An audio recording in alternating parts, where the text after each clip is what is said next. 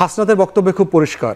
এই DGFI NSI এর গুন্ডামি, মাস্তানি, বদমাইশি গত 16 বছর থেকে আমরা দেখতেছি, কন্টিনিউ দেখছি। ডিজিএফআইকে দিয়ে রাজনীতি করানো, দল বানানো, দল ভাঙানো, এই সব কিছুর পলিটিক্স তো আমরা গত 50 বছরে দেখছি। ক্যান্টনমেন্টে নিয়ে অমুকরে থ্রেট দেওয়া, উঠায় নিয়ে আসা, বিচারপতিরে এয়ারপোর্টে লাথি মাইরা বাইর করে দেওয়া, এই ডিজিএফআই এগুলো তো আমরা দেখছি।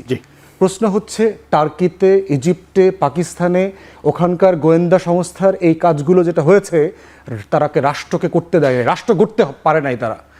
অতএব এই গণতন্ত্রের যাত্রা যেটা আমরা শুরু করেছি নতুন করে আবার গত অভ্যুত্থানের পরে, বাংলাদেশকে যদি আবার রাষ্ট্র বানাতে হয়, keep them out of politics. Armed ফোর্সেসের সিনিয়র লিডারশিপকে বলছি, গোয়েন্দা সংস্থাগুলোকে বলছি, for God's sake get out of the politics. This is not your business. ব্যবসা করা যেভাবে আপনার কাজ না, রাজনীতিতে মাথা ঘামানো আপনার কাজ না। আপনি প্রজাতন্ত্রের কর্মচারী, চাকর বাকরের মতো থাকবেন। Let the politician sort it out. রাজনীতিবিদরা, রাজনৈতিক দল ডিসাইড করবে কি হবে,